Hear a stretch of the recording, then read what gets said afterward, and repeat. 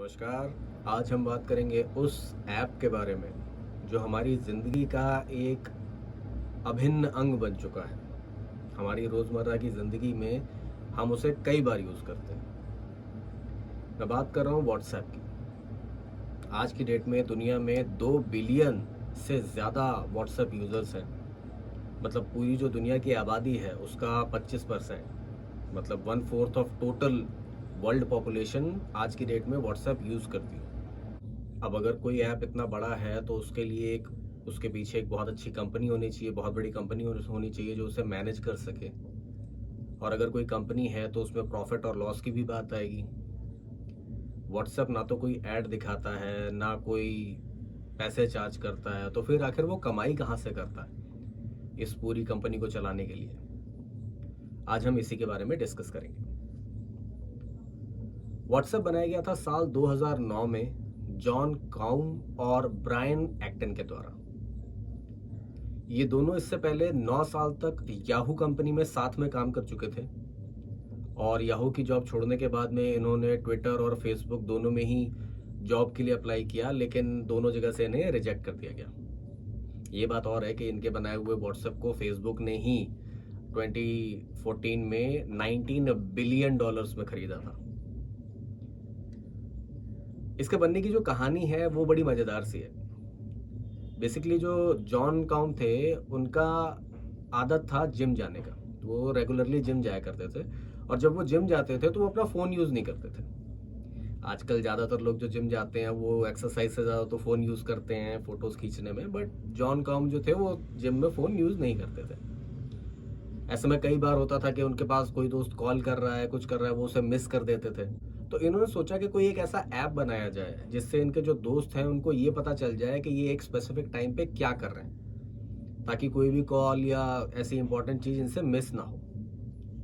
और यहीं से इनको इस ऐप का एक नाम भी मिला, क्योंकि अगर आप कभी भी किसी को पूछें कि वो क्या कर रहा है तो आप पूछते हैं व्हाट्सएप क्या चल रहा है। तो जो व्हाट्सएप था उसी को उन्होंने व्हाट्सऐप नाम दिया और ये ऐप बनाया, क्योंकि वो सिर्फ अपने दोस्तों को ये बताना चाह रहे थे कि वो एक स्पेसिफिक टाइम पे क्या कर रहे हैं। इसी वजह से जिस समय ये व्हाट्सएप बनाया गया था इसमें मैसेजिंग वाला कोई ऑप्शन था ही नहीं। इसमें बस आप एक स्टेटस जैसा डाल सकते थे कि आप क्या कर रहे हो।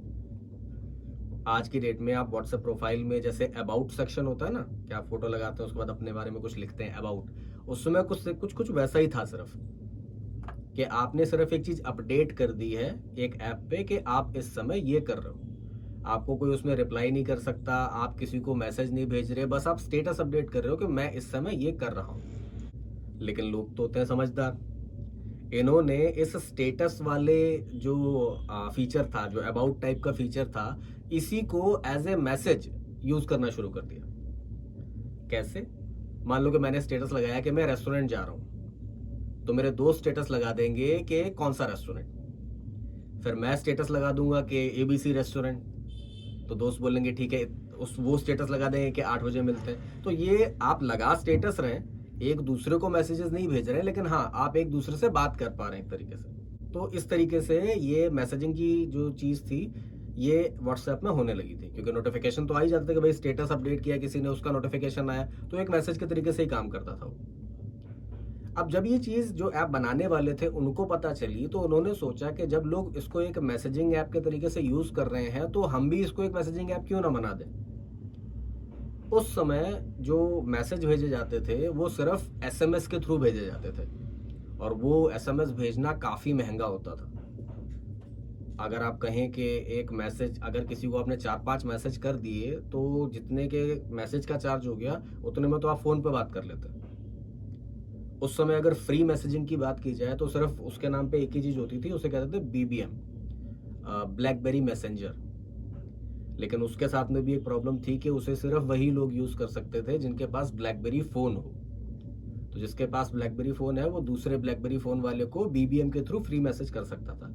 लेकिन एक बहुत बड़ी वास्ट ऑडियंस थी जिसके पास इस फ्री मैसेजिंग का कोई ऑप्शन नहीं था। तो जैसे ही व्हाट्सएप ने लोगों को ये फ्री मैसेजिंग का ऑप्शन दिया, लोगों ने इसको धड़ाधड़ डाउनलोड करना शुरू कर दिया। ये एक फ्री मैसेजिंग ऐप है जिसमें कोई दिक्कत नहीं हो रही।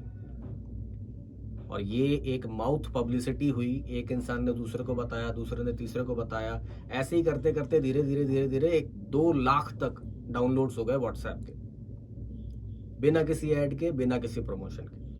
अब अगर एकदम से कोई कंपनी इतना सा ग्रो करने लग जाएगी तो फिर उसके पास इन्वेस्टर्स भी आने लगे, फंडिंग भी आने लगी, और ये ऐप इतनी पॉपुलर हो गई कि मात्र 2 साल में ही ये ऐप स्टोर के टॉप 10 ऐप की लिस्ट में आ गई।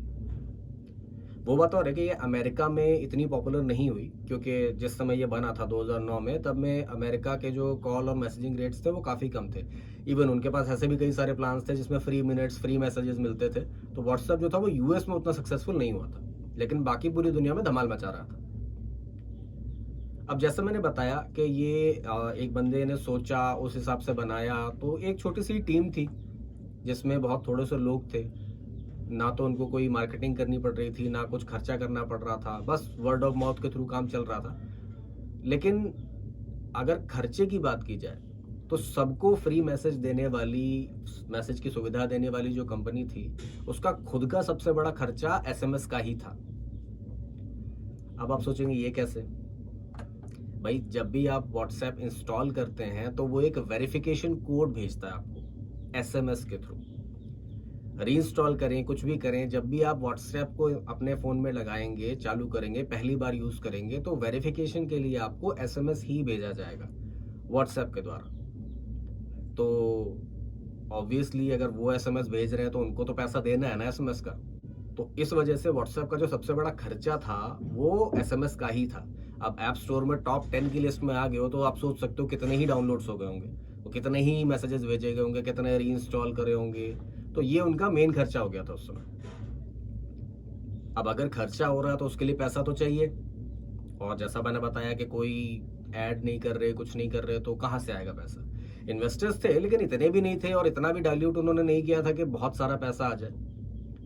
तो इसलिए उन्होंने एक तरकीब निकाली। उन्होंने व्हाट्सएप यूज़ करने के लिए एक ईयरली फीस लगा दी कि आपको $0.99, $0.99 पर ईयर का पे करना है व्हाट्सएप को यूज़ करने के लिए। तो व्हाट्सएप जो था अब वो फ्री यूज़ के लिए नहीं रह गया था, आपको बहुत ही नॉमिनल कॉस्ट देनी थी, पूरे साल का $1 से भी कम। लेकिन हाँ, वो रोज रोज नए फीचर्स ला रहे थे, लोगों को सुविधा हो रही थी। तो अब किसी भी इंसान को अगर पूरे साल का $1 से भी कम देना है तो इन सारी सुविधाओं के लिए कोई भी आराम से दे देगा। तो ये एक ऐसी चीज थी जिसने इनको रेवेन्यू जनरेट करना शुरू किया। जो इस ऐप के निर्माता थे, ब्रायन एक्टन, वो एक बार एक चीज के बारे में बहुत ज्यादा क्लियर थे कि उन्हें अपने ऐप में कोई फालतू की चीज नहीं चाहिए। उन्होंने अपने डेस्क पे भी एक नोट चिपका रखा था कि no ad, no game, no gimmicks. मतलब जो भी यूज़र एक्सपीरियंस है उसमें ऐसी कोई फालतू की चीज़ नहीं आनी चाहिए कि आप ऐड दे रहे हो, कोई गेम्स वगैरह डाल दे रहे हो, या कुछ ऐसी चीज़ें डाल दे रहे हो जिसकी वजह से लोग जो उसका मेन काम है मैसेजिंग का वो ना कर पाए। तो यही एक यूज़र एक्सपीरियंस को जो अच्छा रखने वाली चीज़ थी, उसने 2011 आते आते व्हाट्सएप को प्ले स्टोर का नंबर 1 ऐप बना दिया। और ये सारी की सारी सुविधाएं जो थी वो उस मात्र $1 की जो उन्होंने कीमत लगा रखी थी उसके बेस पे किया। मात्र 3 साल में ही व्हाट्सएप जो था वो एक प्रॉफिटेबल बिजनेस बन चुका था। लेकिन अब मार्केट में एक और बड़ा मैसेजिंग प्लेटफॉर्म आ चुका था, फेसबुक मैसेंजर। और मार्क जकरबर्ग जो थे वो पूरी कोशिश कर रहे थे कि वो व्हाट्सएप को खरीद लें। 2012 में भी वो व्हाट्सएप को अप्रोच करते हैं कि वो उसे खरीदना चाहते हैं, लेकिन उनके कुछ ऐसी मांगे थी जो दोनों के बीच में बात नहीं बन पाई। इवन जो गूगल था, उनके जो सीईओ थे सुंदर पिचाई, उन्होंने भी व्हाट्सएप के मालिकों से मुलाकात करी थी, उसको खरीदने में इंटरेस्ट जताया था, लेकिन कुछ रीजंस की वजह से उनकी डील फाइनल नहीं हो पाई। अब 2014 आते आते व्हाट्सएप की देखा देखी और भी बहुत सारे मैसेजिंग ऐप्स जो थे वो मार्केट में आ चुके थे, जैसे वाइबर है, लाइन है, वी चैट है, और सबका जो मुकाबला था वो व्हाट्सएप और फेसबुक मैसेंजर से ही था, क्योंकि उनके पास यूजर बेस बहुत बड़ा था। बहुत बड़ा यूजर बेस था व्हाट्सएप का, और उस लगभग वैसे ही मतलब फेसबुक के पास में भी काफी बड़ा यूजर बेस था। तो मार्क जकरबर्ग इस बात को समझ जाते हैं कि जो नए नए मैसेजिंग ऐप्स आते चले जा रहे हैं, जो अपना एक मार्केट शेयर एक्वायर करते जा रहे हैं, अगर फेसबुक को उससे लड़ना है तो जो दो बड़ी पार्टी हैं इस फील्ड की, फेसबुक मैसेंजर और व्हाट्सएप, इन दोनों को एक होना ही पड़ेगा। इसलिए वो व्हाट्सएप के मालिकों के पास में, मेकर्स के पास में एक ऐसा ऑफर लेके जाते हैं जिसे वो ठुकरा नहीं पाते। मार्क उनसे कहते हैं कि फेसबुक व्हाट्सएप को खरीद तो रहा है, लेकिन वो व्हाट्सएप के काम में कोई दखलंदाजी नहीं करेंगे।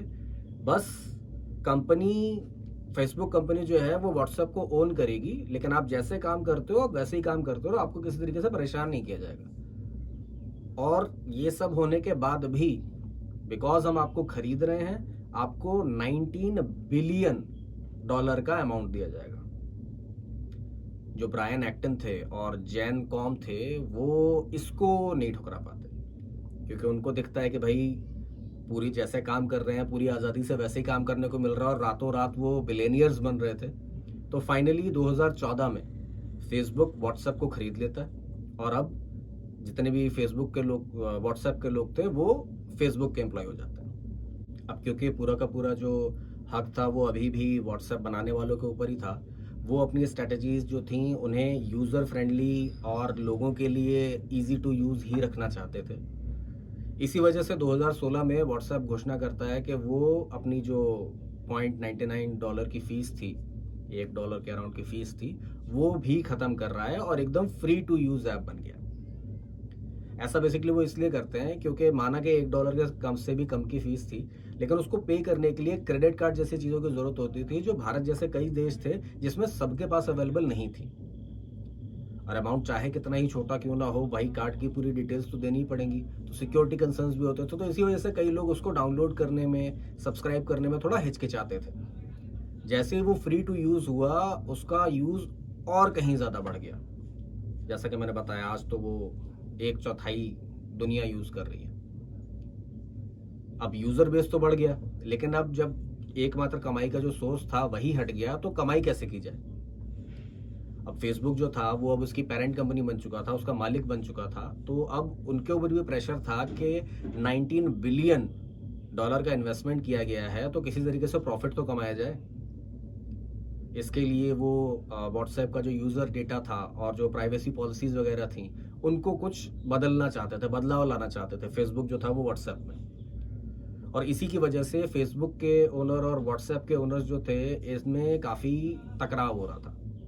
व्हाट्सएप के मेकर्स और फेसबुक के ओनर में काफ़ी तनाव होने लगा था, टकराव होने लगा था बार बार। और बार बार होने वाले इसी टकराव की वजह से सितंबर 2017 में ब्रायन एक्टन व्हाट्सएप से इस्तीफा दे देते हैं, व्हाट्सएप छोड़ देते हैं। इसके कुछ ही महीने के बाद में जैन कॉम भी व्हाट्सएप को छोड़ने का फैसला लेते हैं, और वो भी छोड़ देते हैं, इस्तीफा दे देते हैं व्हाट्सएप के अपने पद से। व्हाट्सएप छोड़ने के बाद में ब्रायन एक्टन जो है वो एक नॉन प्रॉफिट ऑर्गेनाइजेशन शुरू करते हैं, सिग्नल फाउंडेशन, और लॉन्च करते हैं एक नया मैसेजिंग ऐप, सिग्नल। ये कई मायने में व्हाट्सएप से मिलता जुलता था, लेकिन कहा जाता है कि वो व्हाट्सएप से कहीं बेहतर था या है, आज भी सिग्नल अवेलेबल है। ब्रायन का ही बेसिकली ये कहना था कि सिग्नल जो मैसेजिंग ऐप है, उसमें उनका फोकस एक अच्छी और सुरक्षित मैसेजिंग ऐप प्रोवाइड कराने का है, पैसे बनाने का नहीं है। इसी वजह से वो एक नॉन प्रॉफिट ऑर्गेनाइजेशन के थ्रू इसको मैनेज कर रहे हैं। खैर, बात करें अब व्हाट्सएप की, तो वो अब पूरी तरीके से फेसबुक के कंट्रोल में आ चुका था। 2018 में पूरा का पूरा कंट्रोल जो था अब वो फेसबुक के पास आ चुका था। तो फेसबुक जो है वो 2018 में ही व्हाट्सएप पे व्हाट्सएप बिजनेस लॉन्च करता है, जिसमें जो बिजनेसेस हैं वो अपने बिजनेस का एक प्रोफाइल क्रिएट कर सकते हैं, और वेरीफाइड बिजनेसेस जो हैं वो अपने फेसबुक पेज और वेबसाइट को अपने व्हाट्सएप अकाउंट से ही लिंक तक कर सकते हैं। तो जो व्हाट्सएप बिजनेस था वो अपने यूजर्स को व्हाट्सएप के थ्रू ही फेसबुक पेज भी प्रमोट कर रहा था। अब व्हाट्सएप बिजनेस ऐप जो है वो तो फ्री है, लेकिन फेसबुक का एप्लीकेशन प्रोग्रामिंग इंटरफेस यानी एपीआई जो है वो इस्तेमाल करके व्हाट्सएप पैसा कमा रहा था। एपीआई का मतलब होता है एक ऐसा इंटरफेस जिसके थ्रू आप अलग अलग एप्लीकेशंस को, जो फीचर्स हैं, उनको दूसरी एप्लीकेशन में यूज़ कर सके। एग्जाम्पल के तरीके से समझाता हूँ, आपने ऊबर यूज़ किया ही होगा। आप जब भी ऊबर यूज़ करते हैं, उसमें कोई लोकेशन सर्च करते हैं या फिर अपनी गाड़ी की लोकेशन देखते हैं, तो आप जो मैप देख रहे होते हैं उसमें आपको साइड में गूगल लिखा हुआ दिखाई देता है, गूगल का लोगो दिखाई देता है। ऐसा इसलिए होता है कि गूगल ने अपना जो एपीआई है, एप्लीकेशन प्रोग्रामिंग इंटरफेस है, वो उबर को दे रखा है यूज़ करने के लिए। अब गूगल अपने आप में अलग कंपनी है, उबर अलग कंपनी है, लेकिन गूगल के फीचर्स को उबर यूज़ कर रहा है, जिसके लिए उबर गूगल को पैसा पे करता है। तो दोनों अलग अलग कंपनी है, लेकिन एक दूसरे के फीचर्स यूज़ कर पा रही हैं। अब व्हाट्सएप जो है वो भी एग्जैक्टली यही चीज़ करके पैसे कमा रहा था। अब जो कंपनियां हैं वो नॉर्मली अगर किसी को मैसेज कर रही हैं तो वो तो व्हाट्सएप के थ्रू वैसे भी कर सकती हैं, लेकिन अगर वो अपने कॉन्फर्मेशंस भेजना चाहें, लाइव ट्रैकिंग भेजना चाहें, अपॉइंटमेंट के रिमाइंडर्स भेजना चाहें, कोई इवेंट के टिकट तक बेचना चाहें, तो वो भी वो व्हाट्सएप पे कर सकते थे, व्हाट्सएप एपीआई की मदद से। अब ये एपीआई उनको यूज़ करवा के ही व्हाट्सएप को पैसे मिल रहा था। हालांकि थोड़ा प्रमोशन करने के लिए व्हाट्सएप ने उसमें कंडीशन लगा रखी थी कि कोई भी अगर व्हाट्सएप बिजनेस है वो किसी भी क्वेरी को 24 आवर्स के अंदर जवाब कर दे देता है तो उनके ऊपर कोई चार्ज नहीं लगाया जाएगा। लेकिन अगर 24 घंटे के बाद वो किसी क्वेरी को आंसर करते हैं तो फिर अलग अलग कंट्रीज में उसके अलग अलग रेट्स होते हैं। चार्ट में अगर आप देख लें तो टेबल में दिखा देगा। भारत की अगर बात की जाए तो ये 0.0038 यूरोज का चार्ज लेते हैं पहले 250 के मैसेजेस के लिए, जो अराउंड 30 पैसे के करीब होता है। अब आपके दिमाग में ये बात ज़रूर आ रही होगी कि कौन सी ऐसी कंपनीज हैं जो इसको इंडिया में यूज़ कर रही हैं व्हाट्सएप एपीआई को। तो ऊबर है, मेक माई ट्रिप है, नेटफ्लिक्स है, Booking.com है, इवन सिंगापुर एयरलाइंस जैसी जो कंपनियां हैं वो व्हाट्सएप एपीआई को यूज़ करती हैं, क्योंकि ये ऐसी कंपनीज हैं जो मिलियंस में कस्टमर्स को डील कर रही हैं। तो बहुत सारी चीज़ें होती हैं, फ़्लाइट की अपडेट्स भेजनी है आपको, ट्रिप की अपडेट्स भेजनी है, अपनी और कोई इन्फॉर्मेशन प्रोवाइड करानी है, तो वो चीज़ें वो व्हाट्सएप के थ्रू यूज़र्स को दे सकते हैं। जैसा कि मैंने बताया, यूज़र्स का इतना बड़ा बेस है व्हाट्सएप के पास में कि यूज़ करना ही है। बार बार मैं ये चीज़ कह रहा हूँ, चौथाई पॉपुलेशन उनके पास है एज ए कस्टमर, तो इसी वजह से वो इसको यूज़ करते हैं। व्हाट्सएप ने P2P मतलब पर्सन टू पर्सन पेमेंट्स भी स्टार्ट कर दिए। इसमें जो नॉर्मल इंसान होगा, मेरे आपके जैसा, वो अगर एक दूसरे को पैसा भेज रहा है तो उसके लिए तो कोई चार्ज नहीं होता, लेकिन कोई बिजनेस अगर उस व्हाट्सएप के पेमेंट्स ऐप के थ्रू अगर पेमेंट लेता है तो वो फ्लैट 3.99% की ट्रांजैक्शन फीस लेते हैं। भारत में से नवंबर 2020 में लॉन्च किया गया था, लेकिन ये टोटल यूपीआई वॉल्यूम का 0.02% ही पहुंच पाया, क्योंकि ऐसे बहुत सारे यूपीआई प्लेटफॉर्म्स ऑलरेडी इंडिया में अवेलेबल हैं जो व्हाट्सएप के पेमेंट प्लेटफॉर्म से कहीं सस्ते फीस पे और चार्जेस पे ये यूपीआई की सुविधा प्रोवाइड करा रहे हैं। व्हाट्सएप अपना एक व्हाट्सएप कॉमर्स सेक्शन भी लॉन्च कर चुका है, जिसमें लोग व्हाट्सएप के ऊपर ही अपना प्रोडक्ट भी बेच सकते हैं। अप्रैल 2020 में फेसबुक ने रिलायंस जियो में $5.7 बिलियन का इन्वेस्टमेंट किया था, जिसके बाद में रिलायंस जियो ने अपने ई कॉमर्स प्लेटफॉर्म जियो मार्ट के ऊपर व्हाट्सएप का यूज़ करके अपनी ग्रोसरीज के ऑर्डर लेना भी शुरू कर दिया था। आज की डेट में चैनल्स का भी एक फीचर उन्होंने व्हाट्सएप में डाल दिया, जिसमें चाहे न्यूज़ हो चाहे स्पोर्ट्स हो, कोई भी अपडेट आप व्हाट्सएप के थ्रू ही ले सकते हैं। इवन आप कोई अगर अपनी स्टेटस अपडेट कर रहा है, कोई इंसान पर्सनल स्टेटस अपलोड कर रहा है सबके लिए, तो वो भी आप उसमें देख सकते हैं बाकी सोशल मीडिया प्लेटफॉर्म्स के तरीके से। जैसे फेसबुक है, ट्विटर है, इंस्टाग्राम है, आप उसमें जाके लोगों का स्टेटस देखते हैं, वैसे ही अब आप व्हाट्सएप पे भी देख सकते हैं। ये भी फीचर वो अपने इसमें ले आए हैं। अगर कुछ रिपोर्ट्स की माने तो व्हाट्सएप स्टेटस सेक्शन में एड्स आने की भी बात कर रहा है कि शायद कल की डेट में जो व्हाट्सएप के स्टेटस आप देखते हैं उसमें वो शायद कुछ ऐड भी रन करे। तो ये सारे तरीके हैं जिससे व्हाट्सएप जो है वो फेसबुक के लिए कमाई करके लाता है, लेकिन कितनी कमाई करता है ये चीज़ क्लियर नहीं है, क्योंकि फेसबुक जो है वो इस चीज़ का ब्रेकडाउन नहीं देता है कि व्हाट्सएप ने उसके लिए कितना कमाया है। लेकिन अगर आप एक अंदाज़ा लगाना चाहें तो फोर्ब्स की एक रिपोर्ट आई थी 2017 में कि जब व्हाट्सएप के 1.3 बिलियन यूज़र्स हुआ करते थे, तो उन्होंने ये बात कही थी कि व्हाट्सएप एवरेज अगर कहा जाए तो एवरेज रेवेन्यू पर यूज़र $4 से $12 तक का है पर यूज़र एवरेज रेवेन्यू। अब अगर बात की जाए भारत में इसके बिजनेस या कमाई के बारे में, तो 2018 की अगर बात की जाए तो व्हाट्सएप ने भारत में लॉस ही किया था, लॉस डिक्लेयर किया था, लेकिन फिर उन्होंने बहुत सारे प्रमोशंस किए, बहुत सारे कैंपेन्स चलाए, जिसके बाद में आज की डेट में ये भारत में भी प्रॉफिट में आ चुका है। पूरी दुनिया में इसके 50 लाख से ज़्यादा बिजनेसेस हैं जो व्हाट्सएप से जुड़े हुए हैं, और भारत के ही 10 लाख से ज़्यादा बिजनेसेस हैं जो आज की डेट में व्हाट्सएप से जुड़ चुके हैं।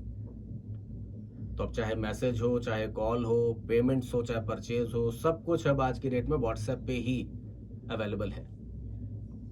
फेसबुक पे डेटा यूजर्स के ऊपर वैसे भी कई सारे आरोप लगते रहते हैं, तो शायद उसका भी यूज़ करके फेसबुक व्हाट्सएप के थ्रू पैसा कमाना चाहे। लेकिन हाँ, इतना फ़ायदा हो चुका है कि आज की डेट में आप दिल्ली में बैठे हों, चाहे लंदन में, कहीं पे भी आप किसी से भी व्हाट्सएप के थ्रू आराम से फ्री में बात कर सकते हैं अपने इंटरनेट के थ्रू। तो ये सुविधा तो व्हाट्सएप ने दी है। तो ये पूरी कहानी थी व्हाट्सएप की, कैसे बना, कैसे उसका बिजनेस होता है, कहाँ से पैसे कमाता है। अब आपसे मिलेंगे अगले एपिसोड में, तब तक के लिए नमस्कार।